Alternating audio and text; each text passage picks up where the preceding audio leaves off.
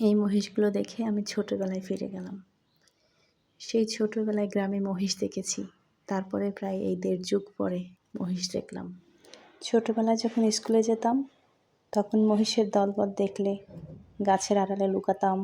অনেক কষ্ট করে এক সাইড থেকে চুপি চুপি সাইড কেটে চলে যেতাম যাতে মহিষ যেতে না। মহিষের বড় বড় শিংগুলো দেখলেই পরাণ চমকে যেত। আর এই মহিষ আমি এত ভয় পেতাম যে রাত্রে ঘুমালেও ঘুমের মধ্যে দেখতাম মহিষ আমাকে তাড়া করে। মহিষের মাংস খাওয়া যায়, তবে নাকি গরুর মাংসের মতো এত স্বাদ না।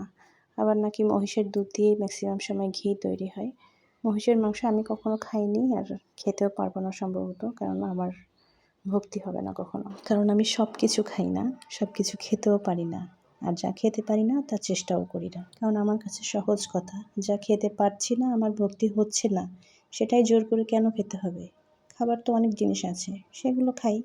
যাই হোক, এটা হচ্ছে আমার মেয়ের বেডরুমের জানালা থেকে পেছনের ভিউটা অনেক সুন্দর। আমরা প্রায়ই জানালায় বসে দেখি পেছনে কে কী করে। পেছনে একটা বটগাছ আছে, ওখানে হিন্দুরা এসে পূজা করে। তারপরে এই লোক প্রতিদিন এই মহিষগুলোকে কচুরিপানা খাওয়াতে নিয়ে আসে। এখানকার অনেক মানুষ এই পানির ভিতর থেকেই চলাচল করে, কারণ তাদের হাঁটা চলার কোনো রাস্তা নেই। যখন তীব্র গরম পড়ে, অনেক রোদে মহিষগুলো এখানে এসে কাদামাটির মধ্যে গড়াগড়ি খায়।